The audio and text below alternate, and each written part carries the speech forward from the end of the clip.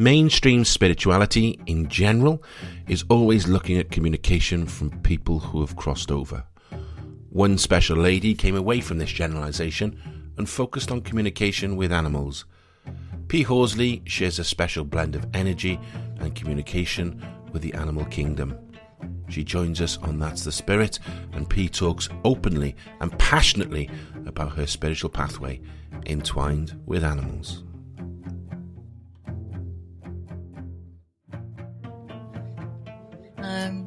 I first discovered animal communication in 2004, actually, and it was when I adopted my very first dog. This is Morgan, and he basically introduced me to animal communication. He arrived and he was sad, and I wanted to know what I was doing wrong. I presumed that I was doing something wrong, and this desire to understand him better and how I could help him led me to an animal communication workshop. On that workshop I was told these Dr. Dolittle stories, and there were people sitting in a circle crying, and I actually didn't believe a word of it. I was really, really sceptical. But something made me stay, and then in the afternoon we were partnered up, and I was partnered with the woman and asked to communicate with her animal, which turned out to be a rabbit.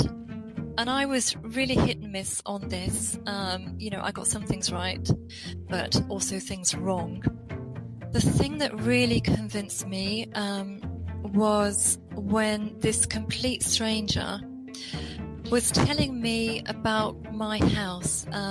She just had a photo of my cat Texas, and the idea was she was communicating with this photograph to understand a couple of things, and one of them was that she could describe my hallway, which is very particular, which was perfect. She was able to describe my sofa and the colour that I call it, which is not a usual name. She was even able to tell me where my cat liked to sit in the garden and what he liked to sit on. And it was that experience rather than my own that actually got me thinking, my God, there's something in this. This is actually really happening. And I went on more workshops. And actually it was the second workshop where people talk about their light bulb moment, their awakening. That was my awakening on that second workshop, where I realised this is the thing I've been searching for. I'd always wanted to get back to my love of animals. And then animal communication came in, and I realised this is it. And I did everything I needed to do, did a lot of training, self-development, etc., in order to make that transition. So then I literally leapt off the cliff to see if I could fly or whether I'd go splat at the bottom of the valley. And I left my 15-year career in theatre stage management, and I made the move to being a professional animal communicator. And I've not looked back. I'm Julian Jenkins, and you're listening to That's the Spirit. Pea is the UK's most highly regarded animal communicator, a TEDx speaker, grounded teacher, empowering mentor, and a best-selling author of Heart to Heart and the Animal Communications Guide Through Life, Loss and Love, and a third book, Animal Communication Made Easy, is available now. Pea is one of the most gifted and talented mediums I've ever had the pleasure of interviewing, and this special of Animal That's the Spirit is something you need to listen to from start to finish. That book actually came about because of a dog called Marmite, who I'm eternally grateful to. He's transitioned now. But this dog just changed the course of my pathway in animal communication and my exposure with it. He was missing, Marmite, a little Jack Russell, and he'd been missing for 7 days and 7 nights when his guardian contacted me.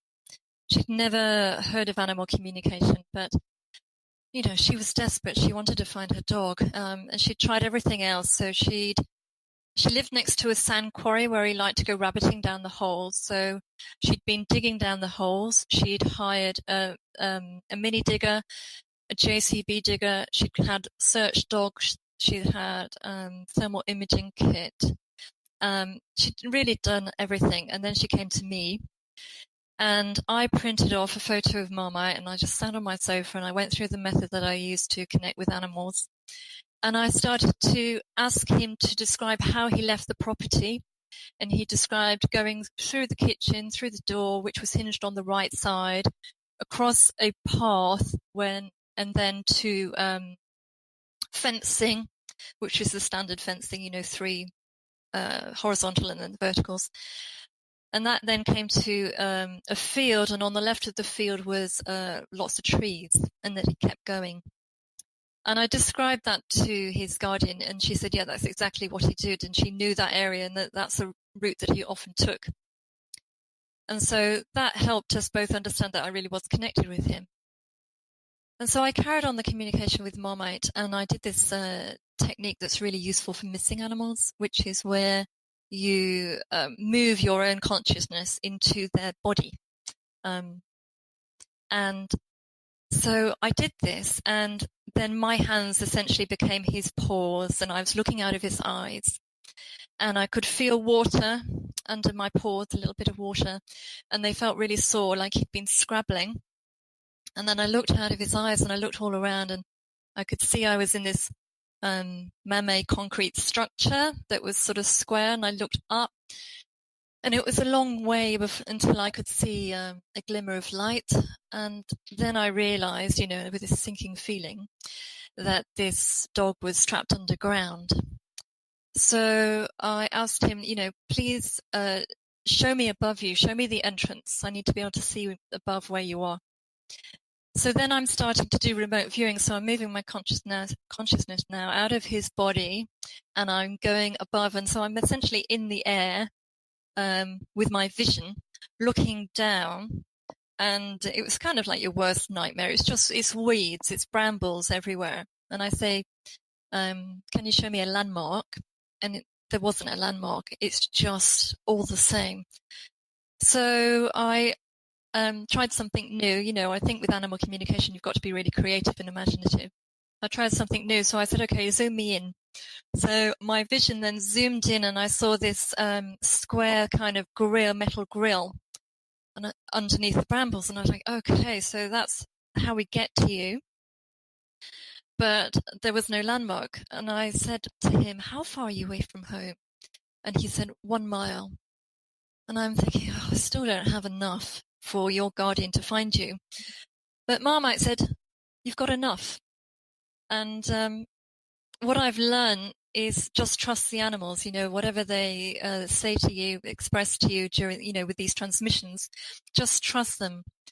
So I was like, okay. And I went back to his guardian, and I explained that he was in the direction that I first described, out the kitchen door. He was a mile away from home, and he was sadly trapped underground, and but there was some kind of source of water there, because I could feel water with his paws, my hands. And she said, no, P, there's nowhere like that. We live next to sand quarry. There's no water around here. But because I'd done the Gestalt method, I'd actually moved myself inside his body. I'd felt that for myself, like it was really my hands in that water. I was so certain of it. So I pushed her and I said, are you sure? There must be somewhere about a mile away from your home. There's somewhere connected with water.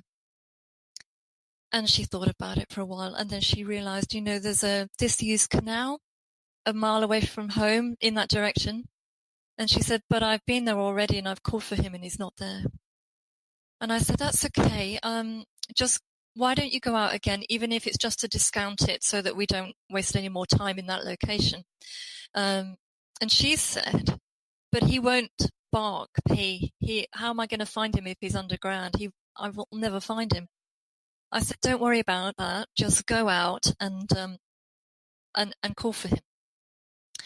So then I reconnected with Mama, and I said to him, okay, your guardian is coming out to you right now, and she's going to call for you, but she's not going to be able to see you, so you have to bark. And I want you to keep barking, and don't stop barking until you can see her and you can look her in the eyes. This is really important. And I said to him, this is a matter of life or death, and it's your life or death. So you've got to keep barking when you hear her, and don't stop till you can look her in the eyes. And he just went, okay. And I was like, okay, good luck. And I disconnected from him and I went off and I made my dinner and I didn't expect anything, to hear anything for a while. But within an hour, my phone was ringing and it was his guardian literally screaming down the phone. And I'm holding it like this because she's screaming, can you hear him? Can you hear him? He's here. And all I could hear was this dog yapping away, yap, yap, yap, yap, which was brilliant. But then I had this sinking feeling, oh my God, he's still down there. So something in me pushed me to say to her, you have to get him out today, even if you have to call the fire brigade. And that's what she ended up having to do, actually. So she called the fire brigade. They managed to remove the grill. They what did they send down? They sent down a bucket first, and he was like, And then his guardian had this idea, what about his bed? So her husband raced back home, got his bed, and then Marmite's bed was lowered down. All this time, he's barking. And he got straight in the bed. The fireman hauled him up. It was a difficult angle at the top, which is why no one could reach him. And this dog, he carried on barking when his guardian scooped him up and she held him in her arms. And it was only literally when she held him here and he could look her in the eyes that he went silent and he stopped barking. So it's down to him, that dear dog then got me in the press and on TV, and then a publisher contacted me, and that's how Heart to Heart came about. And his story is in that book. It's incredible. And when you think of the level of detail that you talk about in terms of, everything that you did on that day, and you saved that dog's life. There's no shadow of doubt about that. And it's just an unbelievable story. But the amazing thing about UP is those stories, they keep rolling, because, in your second book, The Animal Communicator's Guide Through Life, Loss and Love, includes true stories where you've connected and communicated with animals who've passed over and now in spirit. So, you've saved this dog here, but also now you're communicating with animals for loved ones who have passed over. Yeah. So this book, this is, so special to me, this book, because it's really what I call Morgan's book. Because when he was dying, he asked me to write about my experience of that, but also his experience of that. And that's what I did, and he was dying actually of old age rather than a particular illness. But there were some moments when he really wasn't good. He did have this growth on his back and it would bleed sometimes. And there was a time when I put some food down for him and I walked away literally from, here to here. And when I came back, he'd fallen down. His face was in his food bowl. His body was up against the skirting and he was trying to push himself up, but his legs were so weak by that stage he couldn't do it. And I was in bits because, this dog is, I call him my master teacher. He introduced me to animal communication and he's still with me now. He's like my business partner, my guru, my role model, my everything. So I was devastated and I picked him up and I put him down in front of his food bowl again. And he just carried on eating, He just needed me to do the practicality, just pick me up, put me back in front of the food bowl. I kind of collapsed on the floor behind him in bits, just thinking, this is dreadful. This is just devastating. And he's a beagle cross. If anybody knows anything about beagles, they don't really stop eating, but he stopped eating. He turned around and looked at me and I heard him communicate to me my own thought forms in my mind saying, do I look bothered? And it just reminded me of Catherine Tate and that character, am I bothered? And I was like, actually, no, you're not, are you? You don't care less. You just wanted me to pick you up and put you back in your front of your food bowl. And so basically the book is about, how we as humans can often add a lot of emotion and a lot of drama to animals being ill and needing palliative care and then passing over, and that they don't really see it like that. So this, after he did transition, Morgan came to me, and within 30 minutes, he said to me, right, you're going to write a book about this because people really need to be comforted and need to understand animals' points of view on dying, death, and the afterlife. And this is how it's going to be. And he dictated the chapters out to me. So this is what this book is, and it's about really supporting people with their animals, and also helping people understand what the animals need from them as their guardian. And yeah, it's just all evidence-based stories. It's not just my story with Morgan. That's the thread that goes through it. But my clients, bless them, have also shared their stories with their own animals in order just to help everybody understand animal death better, because it's not really talked about. And the animals, they want us to understand it better. I agree. And it is, I remember 15, probably longer than that, 16, 17 years ago, we had a German Shepherd. His name was Max. And one night he fell ill, and he died in my arms. And it was, it really affected me for a long period of time. It's because he was just our dog, and to be that close to him when he passed, it was incredible. And it takes a long time to get over. It actually took us, 15 years before we went and got another dog. Because, I always remember my wife saying, the reason we didn't get a dog at the time was that she said they die, and it was like, and I said, well, it's better to, have loved and lost rather than never loved at all, and that's hard. But people, it's crippling, isn't it? It can be, but it doesn't have to be. And I think that's what's really wonderful about Morgan's gifts with this book. Some people find the emptiness at home too much, so they rush out and bring another animal back. I'd say also don't do that. Rushing and also leaving it 15 years. This is Texas, by the way. He might want to come and make an appearance, because just one minute, everybody. Come on then. Come on. Okay. You might sit in front of the screen. Texas, just cutting forward one moment, he co-authored this book, my third book. Wow. Yeah. But he's quite, I'm only going to say senior.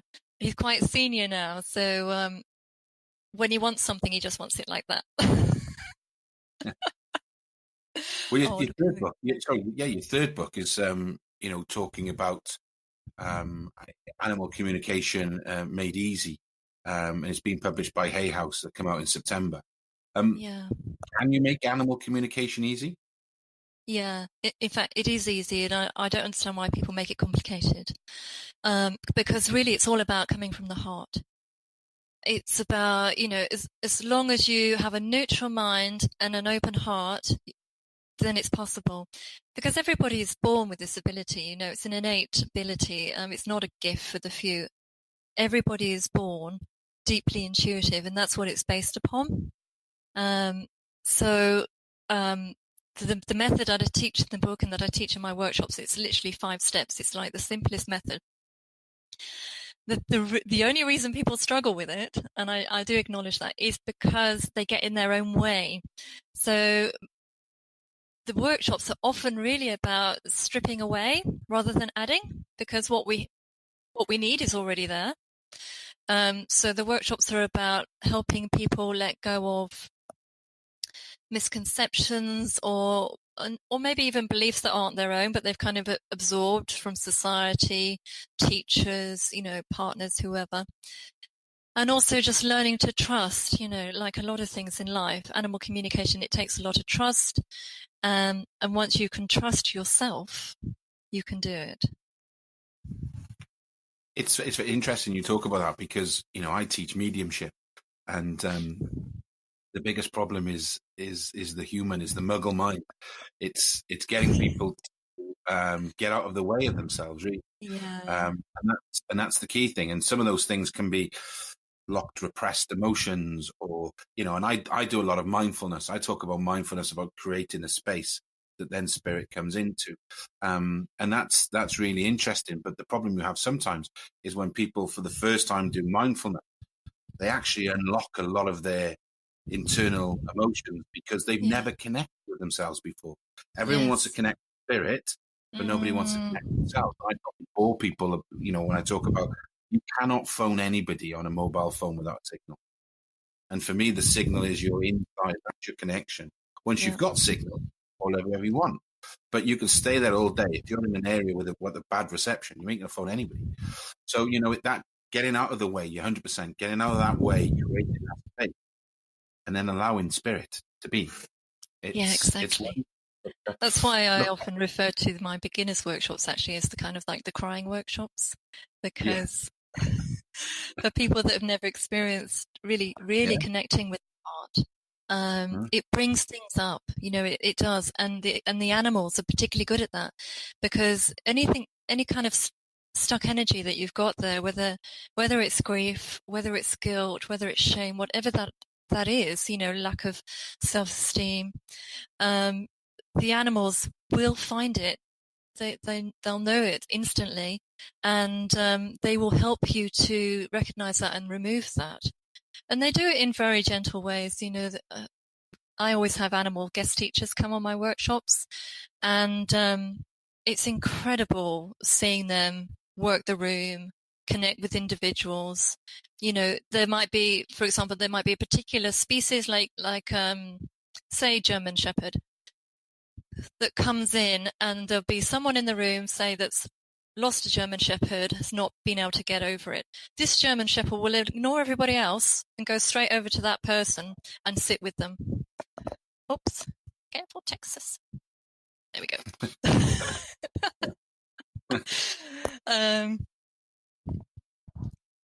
Yeah. It's about removing everything else, isn't it? So that you can just have your signal open here. It's great to see Texas on the screen. And you're right. I'm going to use that the crying session because but if you call it that, no one will turn up. So be careful. I'll tell them when they get there. I just put a load of tissues or handkerchiefs on the chairs. Yeah, exactly. Perfect. Yeah, perfect. Well, we're normally pretty good with time, and we're absolutely bang on time. So we're at 29 minutes past now. So what I want us to do now is we're going to go into an animal communication meditation. I'm sure Texas will join in. And basically, I'm going to hand over to you now for 20 minutes. I'm going to do it myself. So if I don't come back, just call my name or something, and I'll make sure that I do it. I'm going to join in. Just before you hand over, though, Julian, and everybody, please be patient for one moment. He's 18 and a half years young, and he wants me to open the door. Just one moment. No problem at all. The animals love us. They'll understand.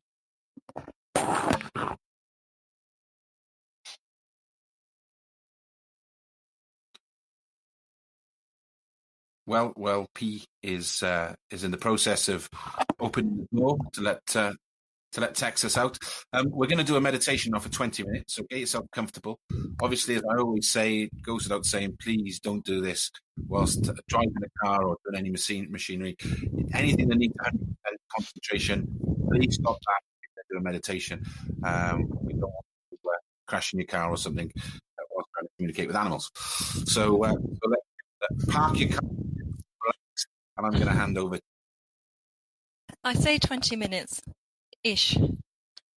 We'll see how it goes. And this book, if anyone's interested, this meditation is in my third book, Animal Communication Made Easy.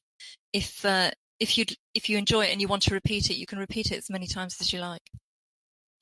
There's a lot of people saying hello, by the way, Pete. There's a lot of interaction going on here. People are saying Texas and they love your stories, and there's a lot of things going on. There's a lot of people in the room. So I'll hand over to you now for the meditation. So they're all there for you, waiting with bated breath. Great. Lovely. All right, everybody. So just think of an animal now in your life, in physical body. If you don't have an animal in physical body at the moment with you, then you can think of an animal that's passed over that you love. But if possible, an animal in physical body. And they don't need to be with you in the room right now. That's okay. And I would like you to mentally ask them, can I merge with you and see things from your point of view? And just wait for a response. And as long as you don't feel any resistance there, then you can take that as a, yeah, that's okay.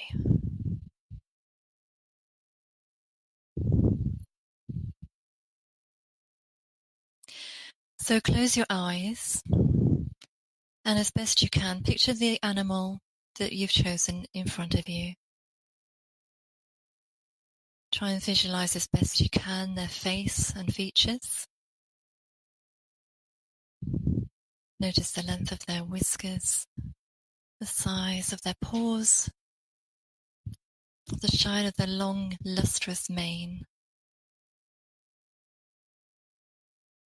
See them standing, perching, or sprawled out in front of you, and say to them silently in your mind,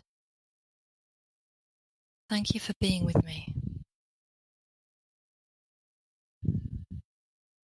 And if you're not a particularly visual person, don't worry. Just have the intention that they are there with you, and remember how they look.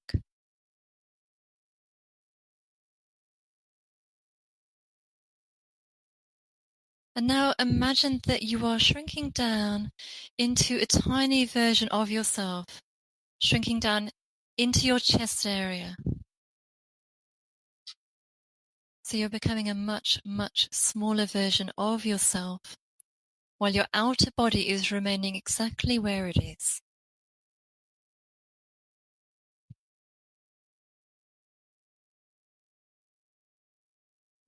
And now you might want to morph into a tiny dot of light, which might be easier to retain.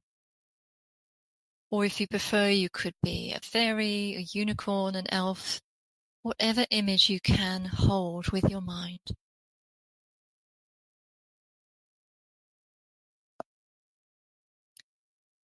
And now float slowly up your chest into your neck, and then into your head. And at the top of your head, you'll notice there's a trap door. You can look anywhere you want it to be. Just be as creative as you like.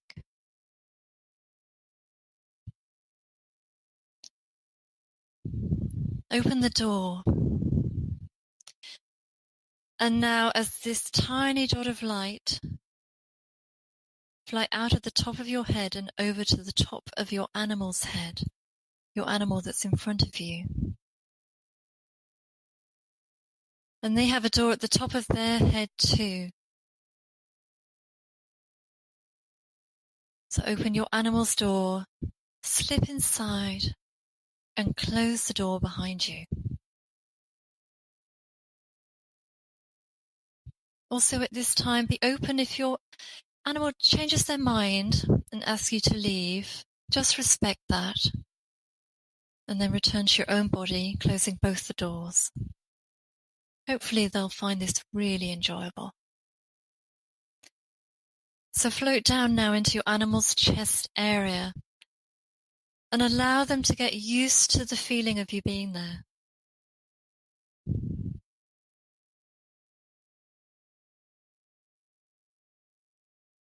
You're now as one with your animal.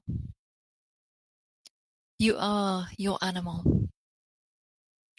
When you ask them to do something, you'll be doing it as them inside their body, while your body remains back where you left it.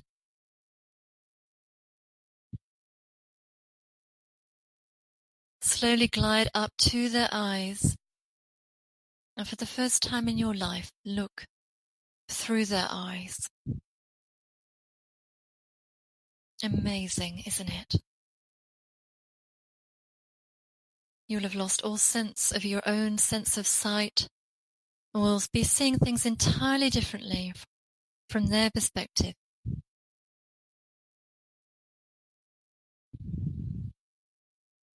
Notice what they can see and how they can see it. Notice if you're close to the ground or high up with a panoramic view.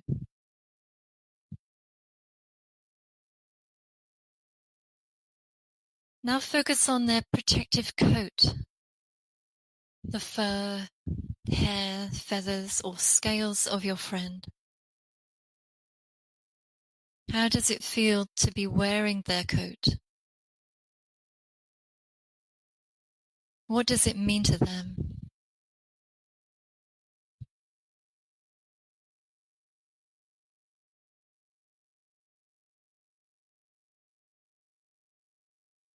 Now ask your animal silently in your mind, what do you like to do for fun? And as your animal, allow yourself to do that fun thing. Go with the flow and whatever you feel your animal wants you to experience.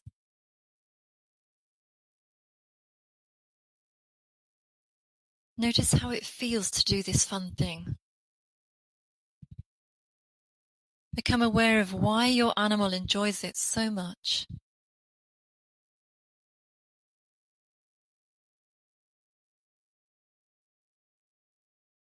And be open. The reason they enjoy it may not be the one that you think.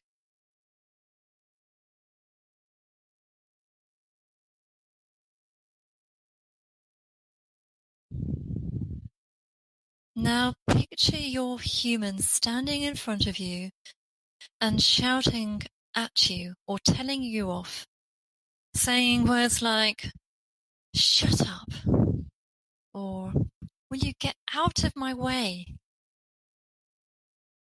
And as your animal, notice how you feel. What do you feel physically when someone you love talks harshly to you?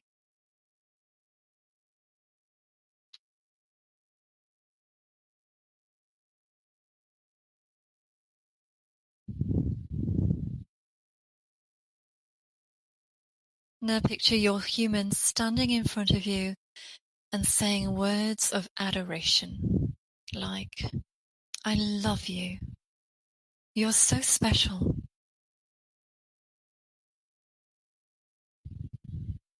As your animal, notice how you feel. What do you feel physically when someone you love talks kindly to you?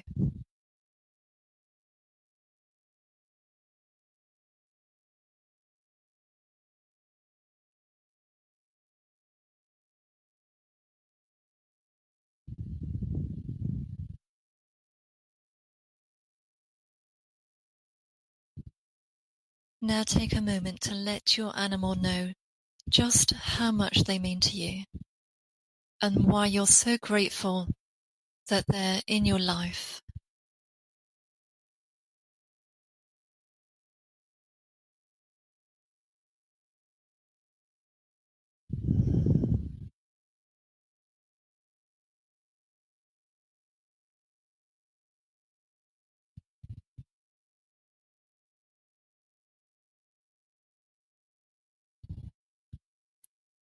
Ask them gently, "Do you have a message or gift for me?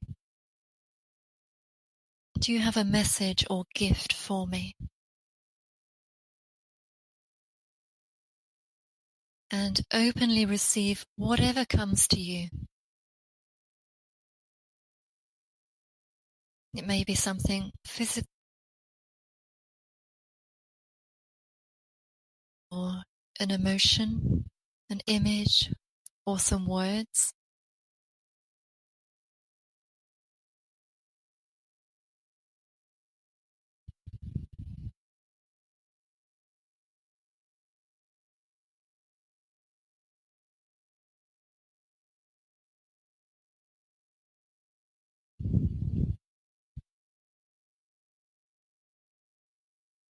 Accept gratefully anything you receive and say thank you.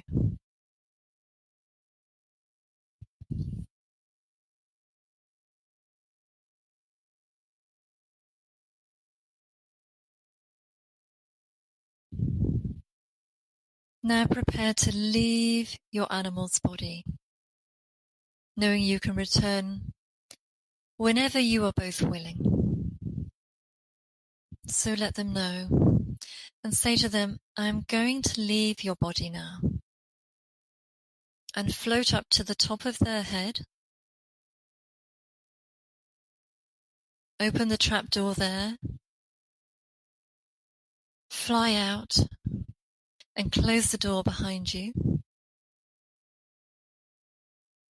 Then fly back to the top of your own head, slip inside, and close the door at the top of your own head. Then glide down into your chest area.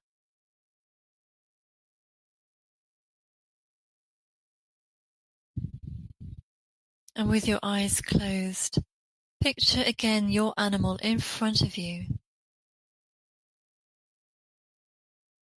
Notice how your perspective has changed, and now you're viewing them from where you sit. And again, thank them. Say, thank you for doing this exercise with me.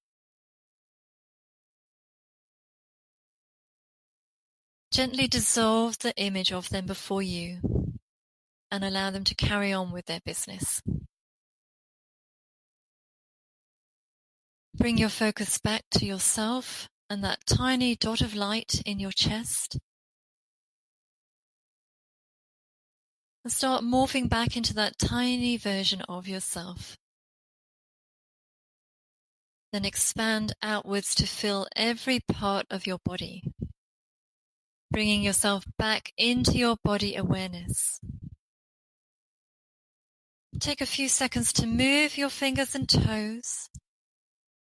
Take a slow, deep breath and release it. And when you feel you're fully back, gently open your eyes. Wow. Thank you. That was amazing. Took my glasses off a second. Did you have an I really emotional enjoyed one? that. If you could put your comments, what you felt, what you saw, what happened. If you have any questions for P, please now pop them in the comment section. Oh my goodness. Just tell us how it went, And cool, that was amazing. It'd be lovely to hear people's experiences. I'm just slightly off camera because Texas has come back in.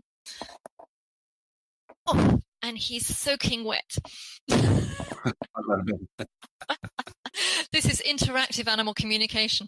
This is at the forefront. That was amazing. We always get a slight delay in terms of the comments because there's a little delay, obviously, with technology, but they'll come through now.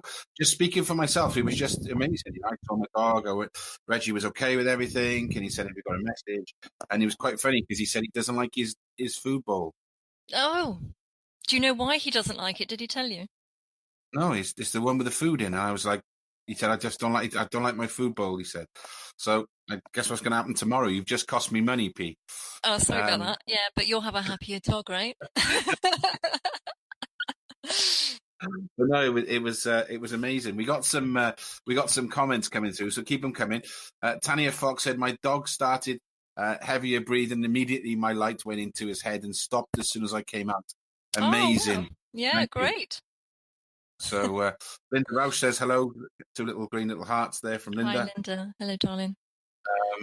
So Texas is now taking front stage. So yeah, it is truly amazing, though, isn't it? And I suppose it's my own fault, really. But I've been doing mediumship for many, many, many years, and I've never really thought about communicating with dogs. Obviously, when you work the rostrum on time, I've had my last actually when doing the reading for a lady, and I said, "Oh, your dog Charlie." She's like, "Yeah, the dog Charlie." I said, by your feet, you know what I mean? I get dogs, I get animals, but I never thought about communicating them. I've got some other bits coming in. Hi, Pete. wonderful meditation. How can I tell if my deceased dog is a spirit or has been reincarnated? What's your views there? Do you believe they stay or do you believe they come back? I believe they can do whatever they like. They can reincarnate, but they can also stay there if they have a reason to, or if they just need some time out from a physical body. So, Sally, the way to find out would be to ask your dog. Are you back in a physical form? Are you back having an earthly experience, or are you still in spirit? It's quite, quite common actually for people to contact me to communicate with their animals that have passed over. And also one of the questions I get a lot is, will you come back to me? I'd love to have you back to me. A lot of the times I find that the animals don't return to their guardians. They've had an experience as part of their soul journey. And it's about the next stage for them. Just occasionally they do. And in fact, I think it was last week, I had a lady whose animal was determined to get straight back to her and explained how that was going to happen. But it's not quite so common. In Heart to Heart, there's a fantastic story about a dog called Ricky who did reincarnate and come back as Phoenix, and he was very explicit about how his guardian would find him. I mean, he told her where to go, that he'd be a female run to the litter, that he would bite her left finger on her left hand, and more than that, and only like pink, and all these other things. But I find that less common. There's a story actually. I just thought about it now. There's where we live. There's a lot of dogs. We live right on the coast, so it's a great place to own an animal because you can go walk for hours and hours with your dog. And there was this one dog that he hates coming out, and the dog walker would walk. And he just ran straight to my wife Denise. I wasn't there at the time, and he was all over him. She was, and he never comes to anybody. And he went to her, and it was really weird because about 2 weeks later, my daughter was walking the dog. And this dog ran off and ran straight to my daughter and it was like all over my daughter. And my wife was going, I wonder if it's Max. And I tried to rational some of it. I said, it's probably because you smell the same. I don't know. But then I went out and he did the same with me. He just like was all over me as well. So the only three people this dog ever gone to, and the lad Nathan has to fight to get this dog out for a walk, is when one of our family go in. It's crazy, but that's lovely. You've got good vibes. Well, good family, hopefully. I've got some more questions here. That was so smoothing and calming. Nessa, my dog, has literally let out a huge sigh and gone to sleep next to me. Truly amazing. Yeah. Nice. Teresa says, thank you for the lovely meditation. I felt a lovely unicorn, as I have one in my room, ancient white, and I felt him so real. Thank you for the meditation. I have a wonderful girl with a much bigger heart than I've ever imagined. So look, thanks for the meditation. I tried hard to connect with Harvey, my lost cat. I did get pictures of plants and bushes outside my house. I had a warm sensation when you said about feeling their fur and coat. That's really nice. Yeah, that's a really good sign that you were really connected there. Yeah, and Teresa says, last night my cat spirit was here. I often feel like my shepherd dog around me. He always licked my hand. Lovely. It is amazing, though, isn't it? And how many people have stories, and how many people feel connected to the animals? And there's actually a dog that's gone missing here. Family went on holidays and left it in the kennels. The dog escaped out the kennel, and they haven't found him. But I'm going to go and get his picture now, do what you said, and see whether we can find it. And my wife every day, she's crazy. My wife every day checks to see if he's been found. It really does affect. But it's quite sad on times, isn't it, when animals go missing and that. Do you get a lot of calls for that? Do you get a lot of people? Yeah, there's probably thousands of dogs and cats go missing every day. Yeah, I do. It's partly because I now have got a reputation for finding missing animals, and also because of the first book, where there's a couple of stories in there. Sometimes they're not missing though. Sometimes they choose to go. And sometimes it's to do with the learning of the humans. So it's not always the crisis that it's perceived to be. So I do a workshop where we will talk about the ins and outs of tracking missing animals, but it's not as clear cut as you imagine, and you always have to ask them, do you want to be found? Do you want to come back? What's going on for you? Is this a mistake? Did you get scared? It's all about the questions. Yeah, there's a lot of dogs around here, and there's one very good dog walker.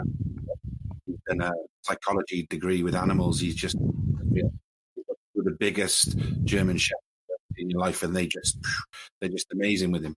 And I remember there was a guy with a young dog on a lead, and he said that, "Why do you let him off the lead? Because he can run around in the field." And he said, "I'm too scared he won't come back." And very similar to what you said, Stuart turned around to him and said, "Well, don't worry if he don't come back, because it means he doesn't like you." Yeah, you could say that, eh? I thought to myself, no truer words said in jest. You know what I mean? If the dog comes back, it means he doesn't like you. Irene Platt says, "Lovely to meet Texas. Kringle, my orange and tabby, is an excellent communicator, and she's learning. Loving Texas. He's very beautiful." He's really trying to take over the whole event. Oh, he's the star of the show. I'm sorry, we'll get Texas on full time next time. And Angela said, "I felt the warmth and softness of the fur, and when I asked what she did for fun, why I'm not concurring with some of the questions and stuff that come out." So, you can feel his energy, can't you? Yeah, and he's very opinionated. Well, I actually, at this table, it's my kitchen table, which is where I wrote the third book, which he co-authored. And he obviously wants to have a say about something because he keeps going right to the mic. 1 second, and then you can have a say. He would appear from nowhere when I was stuck, and he'd sit between me and this computer, and he'd literally just tell me what to write. I know he was just, Wow. It's like if I was getting a bit, sticky with it, he'd just turn up, sit here, and go, "Right, this is what you do." No, it's crazy, isn't it? It's crazy. Oh, he wants to say this is what his message is. He loves everyone, and he thanks you all for being here. Oh, wow. It's unbelievable. There's lots of stories of you working internationally as well, isn't there? Have you got any of those stories when you've worked abroad? Yeah. So, and in fact, I'd like to extend an offer to everybody that watches this about the Hawaii retreat that I'm offering next March, which is to do with being with cetaceans and communicating with them.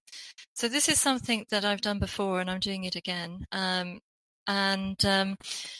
It's a week for animal lovers it's all based on animal communication, where we have a private charter boat and we go out and we will get to swim with the wild dolphin pods, who I have some safety swimmers, friends of mine, who have known these dolphins for decades and know them all individually, who come with us. And you'll get to communicate with these dolphins who they resonate, they send out this frequency of 8 hertz, which is really, really healing for the body, the mind, the body, and the spirit. It helps sort of mesh the left and the right hemisphere brain together. So people always say, "Oh my God, I feel so much love. I feel so much joy. I feel so calm. I feel so relaxed." And they have these big life transformations as well, where they just feel much better about themselves and focused about their direction. So I really enjoyed taking a small group of people out to Hawaii to experience this. And we also communicate with the humpback whales. And also we snorkel with the manta rays as well, which is otherworldly. If you've never done it, it's the most amazing experience. And are we not talking about cats? Yeah. So the dolphins experience I have, I took a group to Egypt, and there was one time I don't know whether she's on the call, Claire.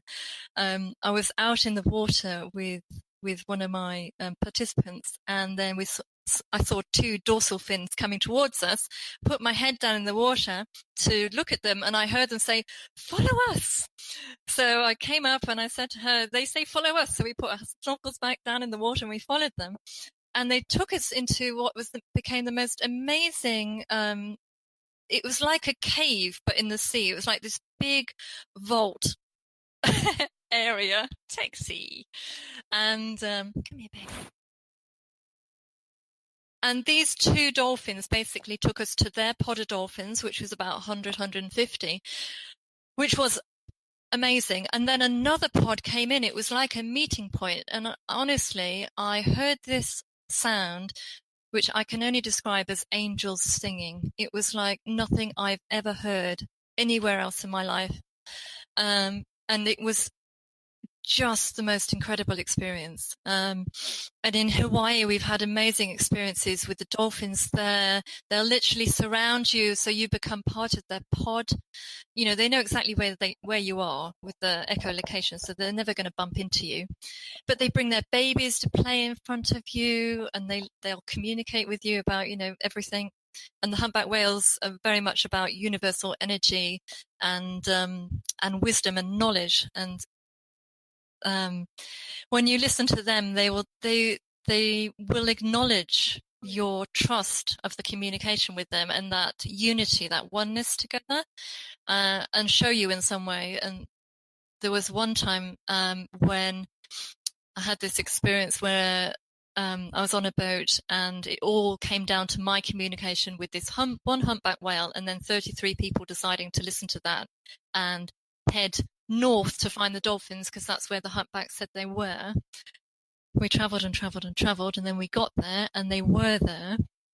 And the next morning, the humpback whales waited out in the harbour until our boat came out, and within just like 100 yards of us, 2 humpback whales breached over and over and over and over again, right in front of our boat.